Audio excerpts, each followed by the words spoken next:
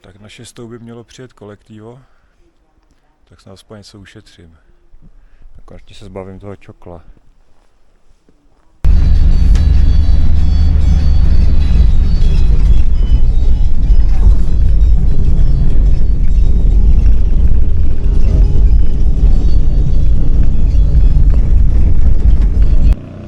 No, Čikián má taky krásný náměstíčko.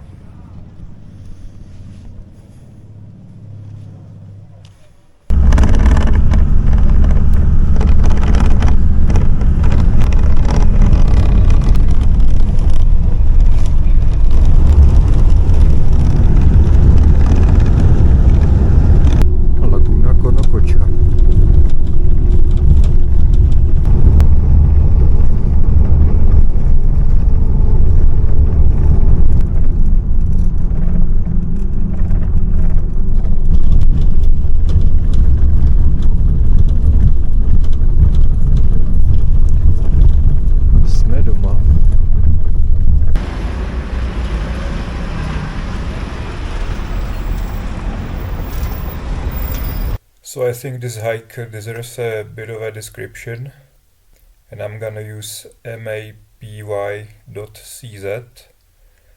which, yeah, it is the best tourist map I found up to date, at least the best free one, a topographic tourist map, that's important. So let's start with how to get to the trails. So the best option, I think, is to find a group that goes there and then just hitch a ride, but I'm not the type of person to just go around town and ask, so I used Nazario company, which is located right here in this bend of the main road as a terminal. Yeah, this one, and the price was 100 soles to get all the way to the trail start with the 5 a.m. bus. There is another one going sometime in the afternoon. I think it was at like 2 p.m. I'm not sure. And that one was 50 soles for some reason. Anyway, it's quite pricey for the region, but yeah, I think that's the only company, the Nazario company, where you can just go and buy a ticket to the trail start. And another option is to take a collectivo, but then you won't get all the way to the trail start. So you would take a collectivo from Huaraz to Chiquian, up here, and then from Chiquian to Llamac, which is here. Maybe Pokpa, I'm not sure. Anyway, if you use the collectivo, it's obviously much cheaper, but you really want to start the trail all the way up here, so you'll be adding a day of walking on this pretty nasty road. So the first day at 5 a.m. I left from Huaraz with the Nazario company. It was a big bus, and then in Chiquian we transferred to a 4x4, and actually Nazario himself drove us all the way to the trail start, which is up here. I was up there maybe like 10 a.m. Actually the ride to Chiquian is pretty fast. I think it was about an hour, maybe an hour and a half, but then this is very rough road up and down. So actually the 100 soles, like, it wasn't too bad. It was honestly worth it to me to get all the way to the trail start here. So first day I just went on the standard route, or the true alpine route goes here through this Caracocha pass, but there is actual climbing involved here, so I didn't go there, especially when I had a 10-day pack. I was very heavy. So that's the normal route, and actually, yeah, I went all the way on the normal route. Here I just missed this fork. I just continued on the big road, whatever. It's probably better to go here. That's definitely better. Anyway, before this camp, yeah, the first official camp is this one. It's called Yanka. And a few hundred meters, maybe a kilometer before the Yanka camp, there is a toll station, so you will pay there. Well, not for the first time, you will pay also in Llamac and Pokpa while driving through there, but whatever, the prices are actually online and they were accurate. So yeah, just check them online, I'll link it in the description. The prices do seem to change every year, so well, increase every year. So anyway, it's because each side of the mountain is like managed by different communities and they ask different prices and whatever. At least they have a website where it's official and it was accurate. So I didn't camp in Yanka because yeah, I just don't want to camp with bunch of animals and with a lot of people around. So this is where I left the official circuit for the first time. And I went to camp up here to the Caracocha lake. This is a bit swampy. Well, it was when I was there, but I was there end of May, so it was still a bit more wet. I guess if you are there later in the northern hemisphere summer, it's gonna be drier, probably. It was actually raining. There was a bit of a storm in the afternoon, but I got the tent up. So it was the first day. The second day I went truly on the alpine routes. So one option is to go like up here around the lakes and then up here. I didn't go there because I like this map and this map didn't have a path here. Although the paths aren't really necessarily trails, it's just like it's like heat maps, or it's very rough. Yeah, let's put it that way. Anyway, I went up here because I saw this nice opening when I was going from Yanka, so I went around here. Up here there's no problem. There is no trail, but yeah, it's just going on a grass. It's no issue here. And then there was a choice to go in the valley, which I think is better in hindsight. But now I went to the ridge faster, and here was a bunch of cliff bands. It was pretty steep. It's nothing too terrible, but it's definitely a tougher path, I think, than up here. And another option is just go the standard route, but go up here, which I think would be the easiest. And honestly, for the views, it would be fine, I think.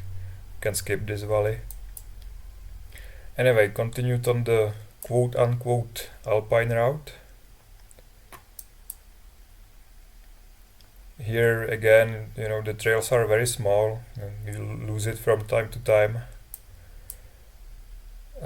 But anyway, yeah, I went on the east side of this ridge. There was a path, and this is one of the best viewpoints of the entire circuit, I think. So yeah, don't skip that one. Then down here it was pretty steep grassy slope, and official camp is this one, Caracocha, it's called, like the lake. Yeah, I didn't go there because the next day I wanted to go to the Huayhuash Pass, and it's just a detour. So I just went this way and camp a bit up here. Probably you can camp more down if it's dry, but as I said, it was raining the previous day, so it was very very wet here, and all kinds of streams coming down. So I just made camp wherever. So that was day 2. Day 3 I went to the Siula Pass, which apparently is pretty popular even with the people who take the normal route usually. So first I needed to cross this kind of a wetland. It wasn't too bad, but just a bunch of streams and a bit of a wetland. Yeah. So I had to take off my shoes once. It was pretty alright. Then I joined the path. It's a pretty clear path all the way to the Siula Pass, which is up here. Yeah, around the 3 lakes, pretty nice, nothing special. And yeah, then I just went to this Carnicero Lake, which is like 2 kilometers before the Huayhuash camp, which is the official one, and I just camp here. Because yeah, I just don't want to camp around a bunch of animals and stuff. It's not like they have any facilities in the camps anyway. So that was day 3. Day 4 I went around Huayhuash, paid again in there, and up to Trapecio Pass, which is here. The standard route goes all the way here to this lake, and there is some thermal baths up here, so yeah, maybe you want to check that out, but I think you really you really want to take the alpine route here, because this was absolutely spectacular. Anyway, the 4th day was a short one. I just went up to the pass. This is about 4,900 meters below this Trapecio, I think the mountain's called. It's a pretty epic camp spot. And on the 5th day, then I got to enjoy the part around the glacier on the morning. So yeah, this was absolutely epic. I just went up here to this little peak. Bit of scrambling, ground fighting, but it's not too bad. And here around the glacier it was actually pretty clear and easy. Just up here when it starts getting steeper, just stay more on the right. But yeah, it's just a bit of route finding. It's not like you need to scale any cliffs or anything. Just think about where you are going. You might hear from the guides or the locals, just don't go there. Yeah, they are full of bullshit. Absolutely go on here, because it's absolutely epic and it's very easy. Honestly, it's I think easier than these paths on the very steep grassy slopes, because here it's very nice solid rocks. And anyway, so I had another short day. I really enjoyed this part, and camped at Caracocha at this lake. So there's like a semi-official camp, I think, here, but there's no reason to go down there. You can camp at the lake. So yeah, it was day 5. Day 6 it was another epic one. So I went to the highest point, Cerro Gran Vista. I just went up this valley. The map shows the alpine route, like climbing, traversing a little up here, but I didn't see it from the valley, the path, so I was like, yeah, whatever, just go this way, in the direction of the Siula Grande base camp, and then I went straight up here pretty much. So that's that to Rosario Pass, and then again the alpine route on this map goes down from the pass, but I went actually up to this ridge, to the Cerro Gran Vista, and there was no trail here. Like you could see some tracks here and there, but this whole ridge is scrambling, crowd finding. Again, just take your time. It's not difficult, but just take your time. And this was absolutely epic viewpoint again. and epic ridge. And another reason to go here is so you can go down here and camp at the Caracocha lake, which is, I think, the best lake I have seen in the Cordilleras, to be honest. So then the alpine route goes through the Rasac pass, and this was absolutely impossible to go without going significantly on a glacier. So yeah, I skipped that. It's not for me. I didn't have any gear, obviously, and even if I did, I don't think I would go there alone. I could see it from the Cerro Gran Vista, and it was a huge glacier. I think only go there with a group roped up, because I don't know the glacier, obviously. So yes, camped up here, and the seventh day I went down through this valley. At first there wasn't really a trail, but then it slowly appeared. And this is like 1,000 meters down from the lake to the Huayhuash village. But I didn't want to camp there, and I didn't need any supplies. So I didn't even go to the village because it's a bit down, so yeah, why go there? And so I immediately went up again and camped here. This one, Watiak. Yeah, it's Watika here, but I think they call it Watiak. I think it's kind of also semi-official camp. But I think here is actually a better spot because you are on the trail, and yeah, here you need to go a bit off the trail. And again, there's no facilities basically in any camp, so it's whatever. So it was day 7, and then the last 2 days I just went on the standard route, which in hindsight I actually regret a bit. And anyway, so day 8 I started in here, let's call it Watiak, and went the standard route, and there's a first pass around here above the Caracocha lake. It's almost 4,800 meters. And here I think my mistake was to continue on the standard route. What I actually should have done is just traverse to this ridge and go like on this side closer to the mountains. Also possibly you can climb this peak. Not sure how it looks from that side, but obviously I could see the glacier from here, but maybe from this side it isn't. I mean, you would see it if you were under there. In any case, if I ever go there again, here above the Caracocha lake, I go to the right, closer to the mountains. So yeah, whatever, I just went on the standard route.